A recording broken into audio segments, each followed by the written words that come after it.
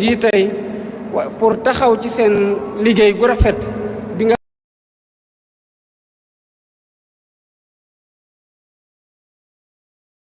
xamante ne ñu ngi koy def jaarale ko ci daara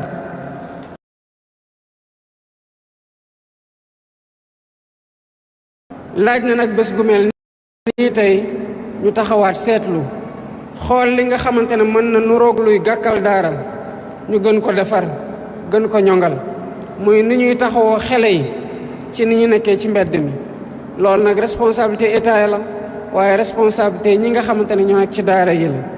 dinañ ci gën a taxaw bu baax gën a jàppalanteeg daara yi pour xool naka la ñuy fexee ba loolu jóge fi waaye njàngaleb daara gën a sax gën a dëgër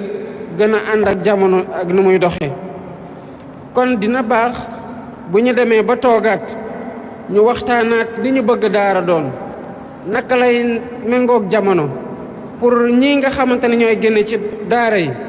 mën a intégré wu ci nu mu gën a yombee ci société sénégalaise. loolu moo tax may woote ci bés ni ki tey ci njiital ministre de l'éducation nationale booloo ci ñi nga xamante ne ñoo nekk ci daara yi pour ñu am ay waxtaan yoo xamante ne ay assises nationales des daara lay nekk. waxtaan yooyu day tax ñu xoolaat biñ ci toogee muy ñii nekk ci daara yi ñii nekk ci gouvernement bi ak ñëpp ñoo xamante ne ñuy jàppale ci nu ñuy waxtaanee te ci lu war a nekk réforme yi ñu war a andi pour daara gën a taxawee lii di place am. loolu nag buñ ko waxee dañ ciy xalaat ñetti tomb bi ci njëkk mooy naka la ñuy fexe ba daara taxawaat ci place am ba fexe ba kiy jaar ci daara ak kiy jaar ci beneen école donte ñoom ñëpp ay doomu sénégalais lañ état du Sénégal taxawoo leen yemale leen képp ci ku nekk boo tane ci yoon wi nga xamante ne foofu nga bëgg a jaar pour defar sa bopp. waaye tamit dina baax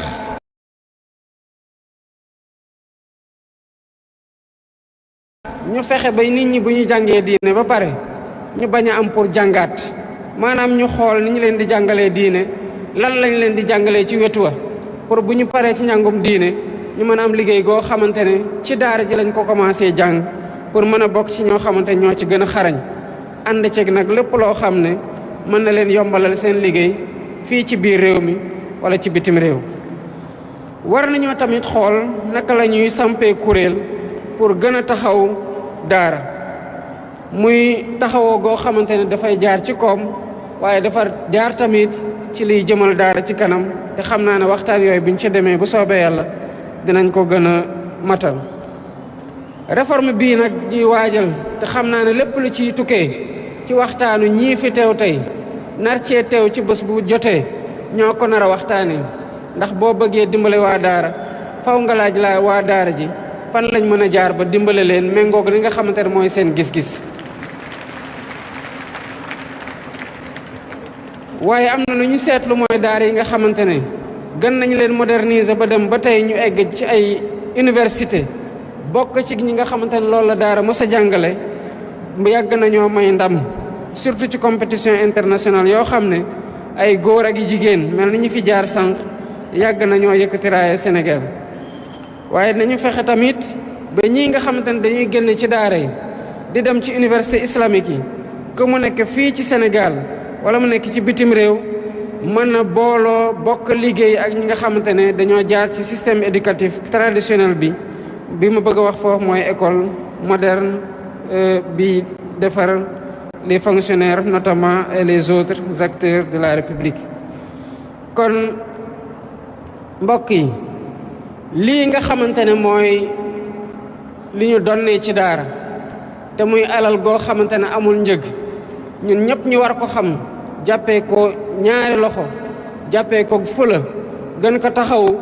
wareef la ci ñun ni leneen nekkee wareef ci ñun ndax daara amul lenn lu ko ëpp solo ci liy defar réew mi ak ci li defar doomu réew mi. kon maa ngi leen di woo góor ak jigéen mag ak ndaw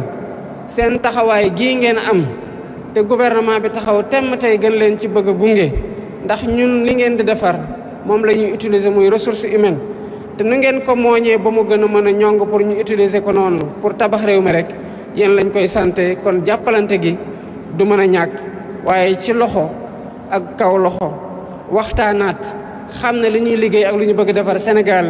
moo ñuy tax lépp loo xamante ne am nañ ko yéene def ci daara ñu matal ko. bëgg naa nag balaa may tëj sama kàddu